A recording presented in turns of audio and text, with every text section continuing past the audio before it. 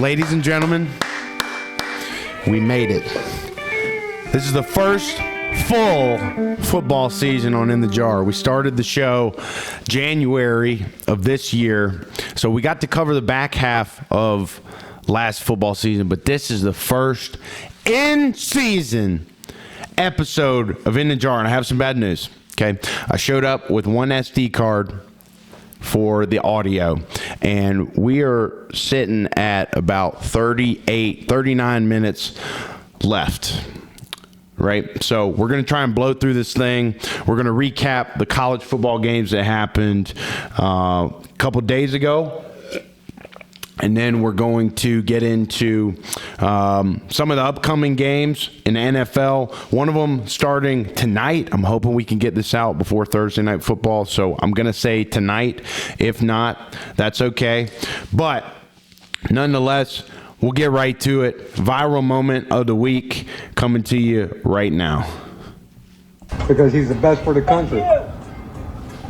Because he's the best for the country. Look at this weird guy. He's never lifted a weight in his life. They call us weird. Are you really going to hit me? Are you really going to hit me? You want to go to jail for assault?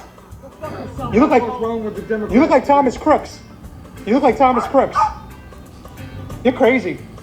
You better get out of here before you get your ass kicked. What a Damn, psycho. dude. So the only reason I You're about wanted to to go show viral, that was because of this reply that I got that found on in the camera. thread. Little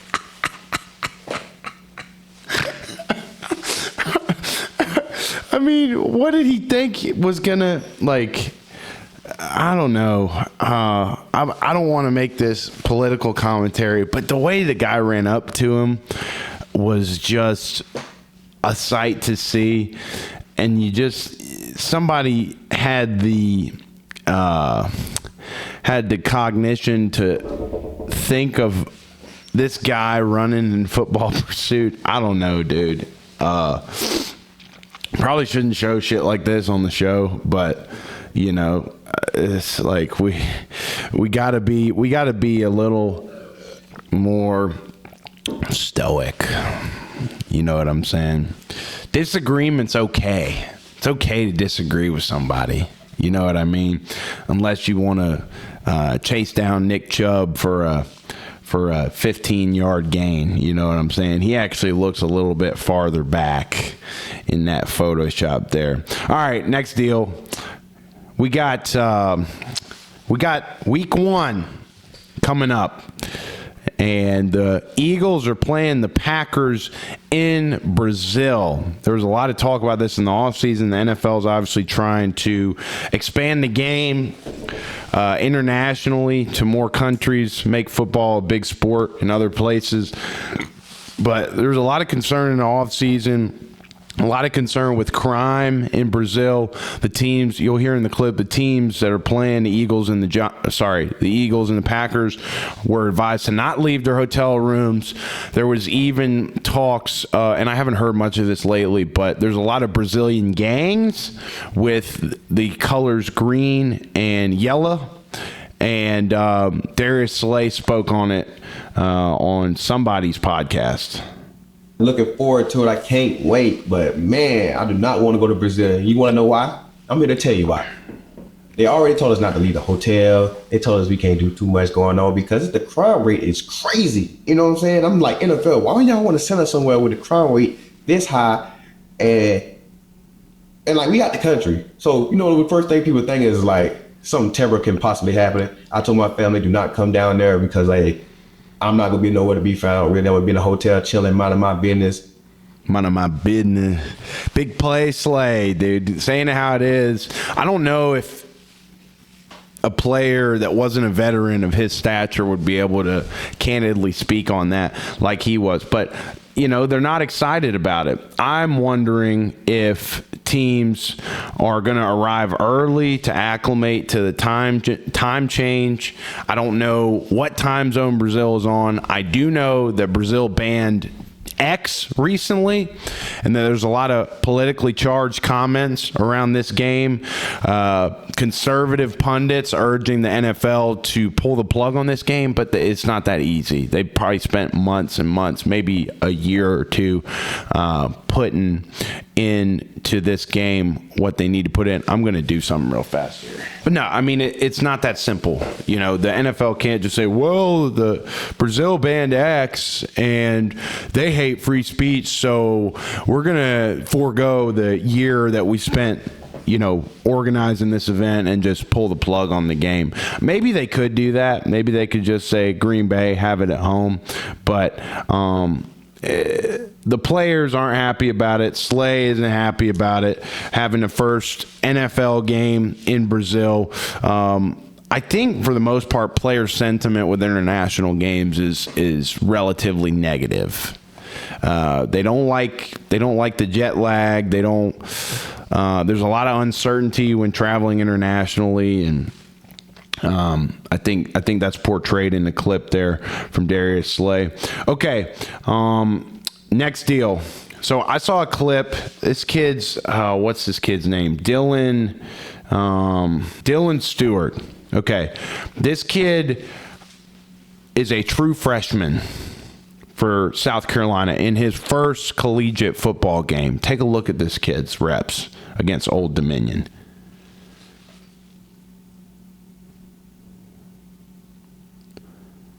Pushing him right back, dude. Disrupting the hell out of the play. And then he almost gets home after getting off the block. This is scariest. Oh my God, dude. Imagine being a running back, that guy rumbling downhill.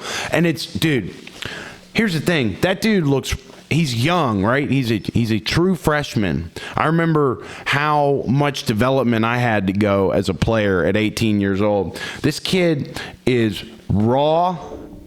He looks lanky, but then you see him rolling downhill. I swear, man, sometimes it's the lanky guys that hit the hardest. Rolling downhill on that running back, trying to just pick up the blitz, you know what I'm saying? Just straight runs him over. This kid, Dylan Stewart, true freshman with University of South Carolina, is going to be a problem, and he might be a number 1 overall pick here in a couple years based on this game film. If he's able to keep this up, I understand it's against Old Dominion, right? But Dylan Stewart is a problem, and nobody had heard of this kid before this game. This came up on my Twitter feed. These reps. Run it back one more time. Look at that dip. Look how he's able to dip under. That's obviously the sack that he had. He pushes a guy, looks twice his size back, gets off, and then almost gets home. And his dip and under. Look at how he hits his back.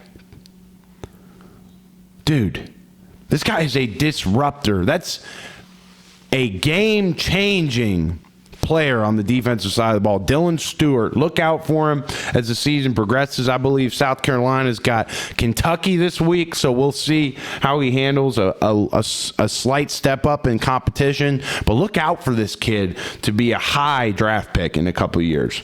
Next deal.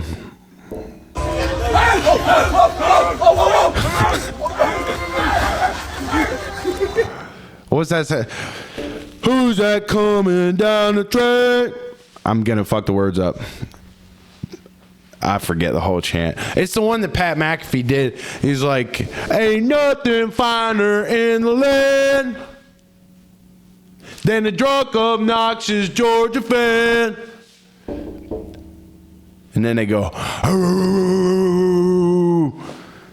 You know what I'm saying? Dude, that's funny, bro. Run that back.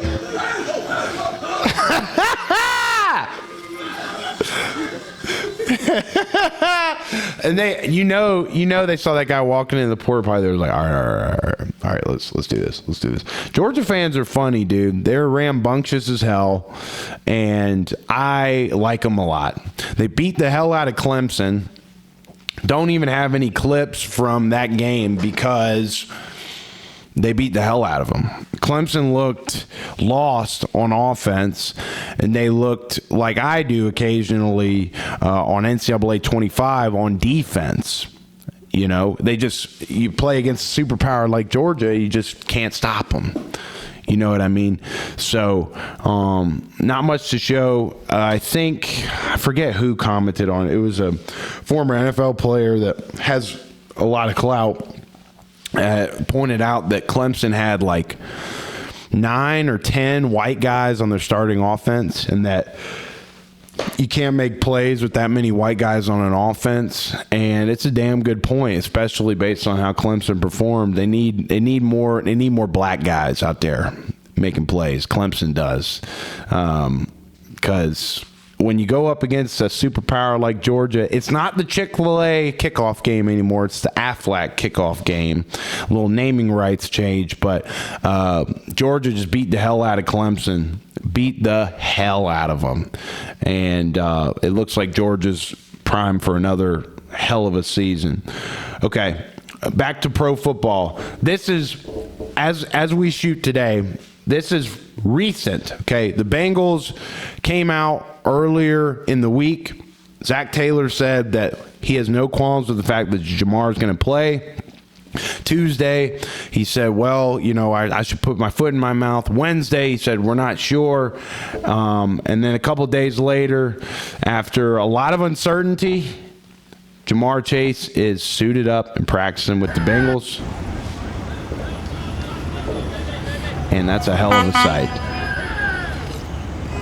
I hear folks honking their whip, honking their truck, fired up to see the boy in practice with the Bengals. He's probably accepted that Mike Brown is not going to pay him until the end of the season. Do I think it should be that way? No. I think Mike Brown should penny up and pay one of the best receivers that's ever been a Bengal before the season.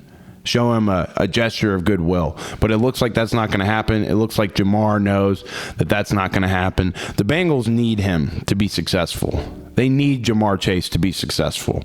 Not that we don't have a well-rounded team, not that we don't have a well-rounded receiver room, but he is an X-factor, game-changing playmaker for the Bengals. Generational receiver. In one of the best receiver classes you'll see in a long time. Jamar Chase suited up with the Bengals, ready to go week 1. Let's go. Let's go. That has me fired up. Okay.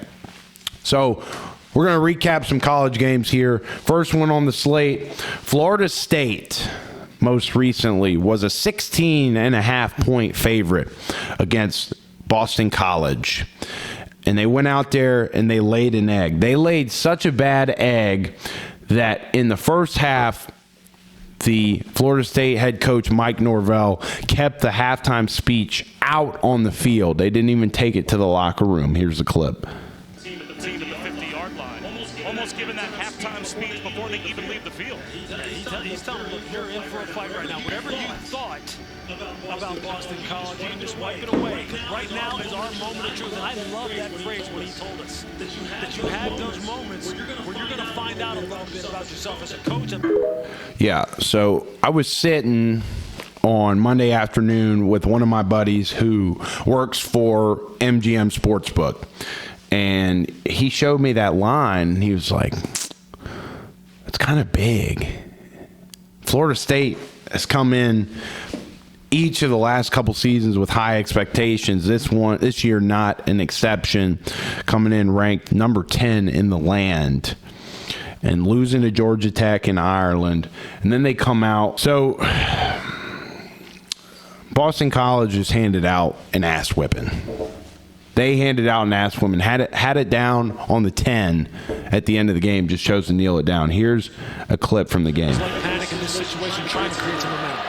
Castellanos to the goal line. NBC converts. Robinson with the touchdown.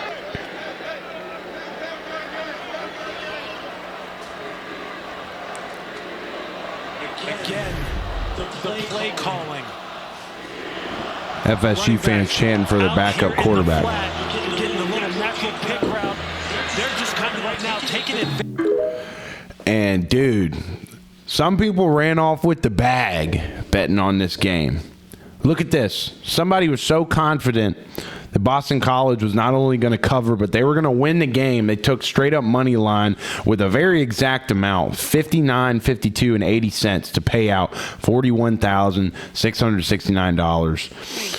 And Bill O'Brien has got the boys buzzing when an NFL coach, a seasoned one at that, comes down to the college ranks, especially at a school like Boston College in the lower echelon, I'd say, of the ACC, he's going to make these guys better than they were before. He's going to make the program better than they were before. And somebody ran off with the bag. Mike Norvell, Florida State head coach, is left scratching his head. Here's his post-game press conference. I apologize to our fans, apologize to everybody associated with the program. I mean, that was extremely disappointing that we're not better. And I'm telling you right now, man, Mike Norvell doesn't get those boys rallied together, he might be out of a job in a couple weeks. You know what I'm saying? I would hate to be a Florida State player coming back into the building to start this coming week, because everybody's going to be under a lot of stress. Because if Norvell gets fired, that means that a lot of the coaches underneath him might lose their job at the end of the season. And it's not looking good. It's late early for Florida State in the season in terms of the expectations they had. Their quarterback was overthrowing everybody. There were memes about it. You know, I mean, didn't play well at all. And they couldn't run the ball. They couldn't throw the ball. It looked like they couldn't stop Boston College on defense. So Florida State's got their work cut out for them. It's early in the season for everybody else, but it's late for Florida State. On to the next deal. LSU played a beautiful Sunday night game against the University of Southern California Trojans at Allegiant Stadium in Las Vegas, and LSU ended up losing the game. Garrett Nussmeier played overall pretty well, LSU's quarterback, but USC just down the stretch, they made it happen. I remember LSU was backed up on defense around their own 35, USC driving, and they get a stop. LSU was up 4. They get a beautiful defensive stop, 40. That linebacker for LSU came in, made a bunch of plays on that series, batted a ball down on 4th down because they were in 4-down territory. LSU had the ball with a 4-point lead in the middle of the 4th quarter, and they go 3 and out. And then the rest of the game transpires.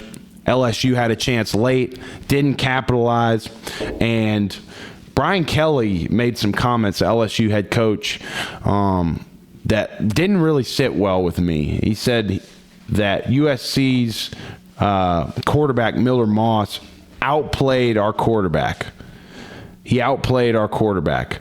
Okay, so that to me is not something you go to the media and say. That is something you go to your quarterback behind closed doors and say. But he went further. What we're doing on the sideline is feeling like the game's over, and I'm so angry about it. So he is commenting on the energy on the sideline as the game's transpiring, as if he's not the head coach that's setting the tone for all of that. He's expecting his guys to just keep that going. And I get it. You're one human being. You can't control everything. But that's his job. That's Brian Kelly's job, to set the tone and to make sure that the vibration on the sideline stays high, even when the team's losing. Here's a post-game presser from Brian Kelly after the loss. And we're sitting here again. We're sitting here again talking about the same things. About not finishing when you have an opponent in a position to put them away. But what we're doing on the sideline is feeling like the game's over. And I'm so angry about it that I got to do something about it. I'm not doing a good enough job as a coach. And there you go. I got to coach him better, because it's unacceptable for us not to have found a way to win this football game. It's ridiculous. There's some accountability. I didn't watch that clip all the way through. That was a live watching on the show. Brian Kelly took some accountability. That's good. He's got to get his boys going. And LSU, they lost the first game last year to Florida State. They lost the first game this year to Florida State. You're seeing a lot of history repeating itself early here in the college football season. And LSU being a victim to that. Dylan Raiola, true freshman quarterback with Nebraska, son of former NFL offensive lineman Dominique Raiola, got some comments on the internet because he looks a lot like Patrick Mahomes with his outfit. He looks a lot like Patrick Mahomes in the way he plays, the style, and he showed out against UTEP, 19 for 28 with 238 yards and 2 touchdowns. Here's a look at one of the big plays he made.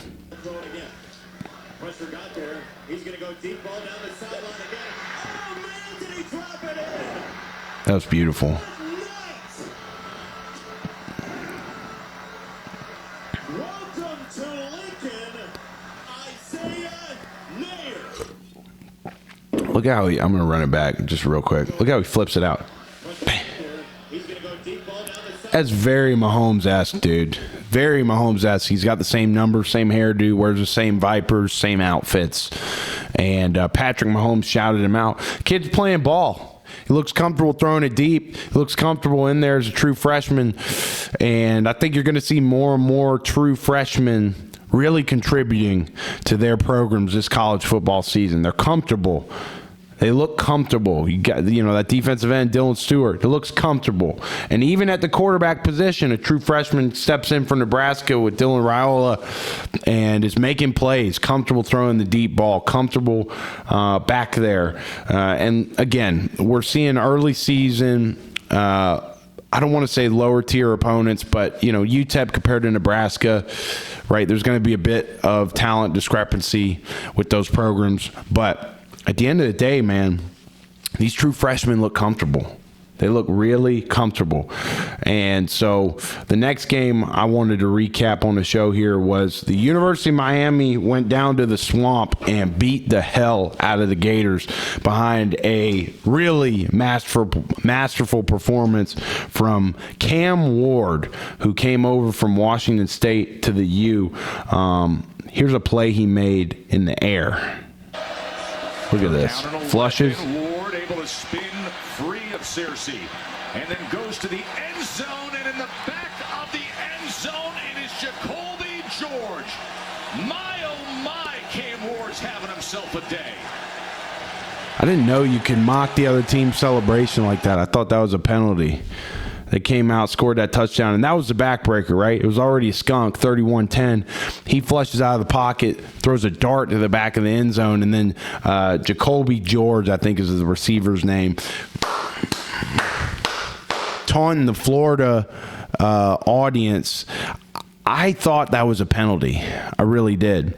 Cam Ward's a guy that you got to run contain against in NCAA. You know what I'm saying? NCAA 25. Double tap that RB button. You know what I'm saying? That right bumper. Make sure he don't flush out. Here's another clip, and he's kind of going viral for the way he's running the football in a couple of these reps here.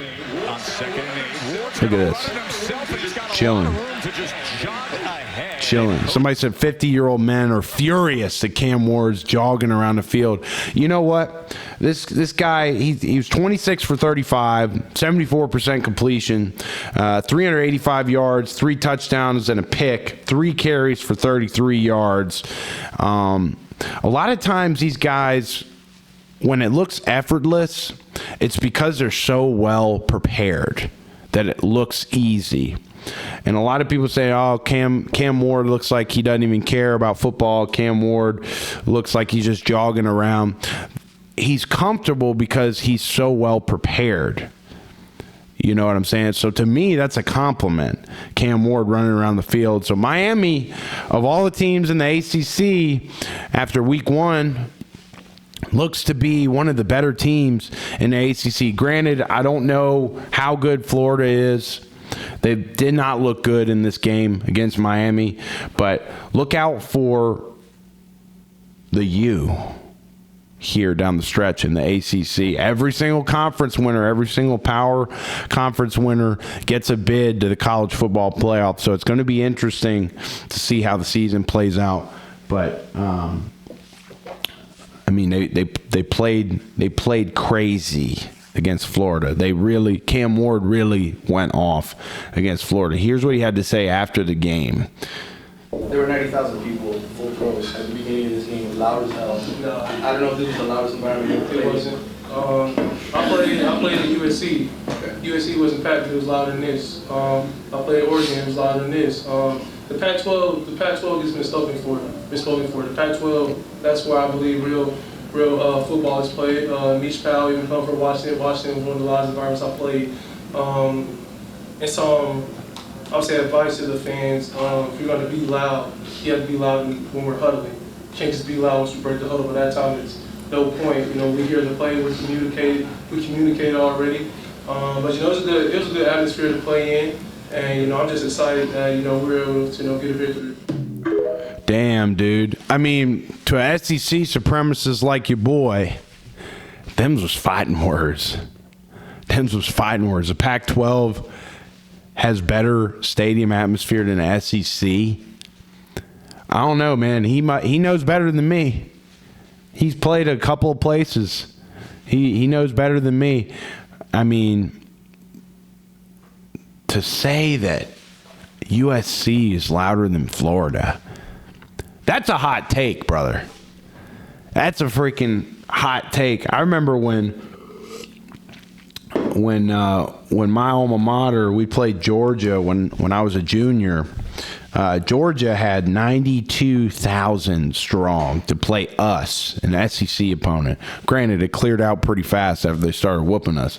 But all I've ever known is the SEC. I can't speak on Pac-12 atmospheres. But according to Cam Ward, he says USC, Washington, and Oregon were louder than the Swamp. That's crazy to me. And after the game, this was arguably the most viral clip from Miami versus Florida. After the game, Miami players approached Florida recruits and said, "Come to the U." Here's a clip.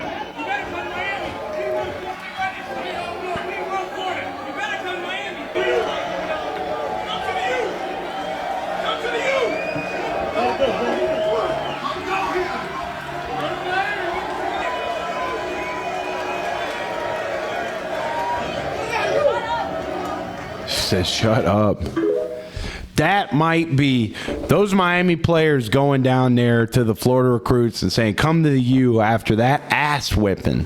Might be the best recruiting pitch I've ever seen in college football, right?